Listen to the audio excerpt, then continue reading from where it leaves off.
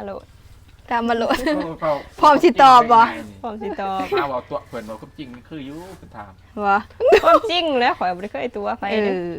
เออ บอกว่าเอาน้ำตึกสวยยังบ่ได้เคยดอก เนาะไม่เท่ากันยังเว้า เออ เพราะว่ายอก ตอนเอากันใหม่ๆนี่กันเขาวใหม่ปลามันแล้วเนาะเขาวใหม่ปลามันตอนเอากันใหม่ๆทำอิฐเนี่ยคืนหนึงจักเถื่อดิ โอ้ทำอีแต่เดี๋ยวจักปีไผสิจื้อ บ่ ก็บ่จื้อปานใดประมาณ 2-3 เทื่อนี่แหละ บ่2-3เถื่อ ห่วย ใกล้ต้องเถื่อ ใกล้พุ่นล่ะ บ่เขาว่า2-3 เทื่อนี่แหละ เออ ที่โดนไปจือดอก เจ้าจื้อบ่แต่เจ้าน่ะแม่นบ่คือเราว่า2-3เถื่อ หันน่ะเอ้ย จะมาเว้าคือว่าลายแท้ๆเว้าหั่นนะ2-3เถื่อยังยากเนาะ จื้อเราบ่ได้จือดอก ทุกคนเอ้ยบ่สุกคิดตัวเป็น อืม เพิ่นก็เฮ็ดดูอีตะว่า อืม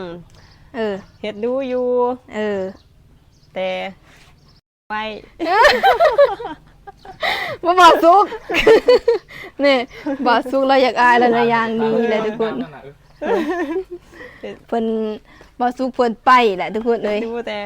เนาะ เออ โอ้ เพิ่ กาน อ วั ยาน กอาย พากินข้าวกับคนเลยมัน แน่ กินข้าวเลย อ่ะวันนี้มาถามพ่อ หอมปาก ม่วนเนาะทุกคนเอ้ยบ่ได้พอกันดน เราบ่ได้ความจริงหรอกนะเอ้ย เออ บ่มีตัวข่อย เอ้าทุกคนเอ้ยบัดนี้ก็มีหากินข้าวกินน้ำก่อนบ่าวสุกเพิ่นยาข้าวแล้วเนาะ ถ้าสิกินก็เอ้ยมัน มีแต่ว่าพอกันคลิปหน้าเนาะทุกคนเนาะ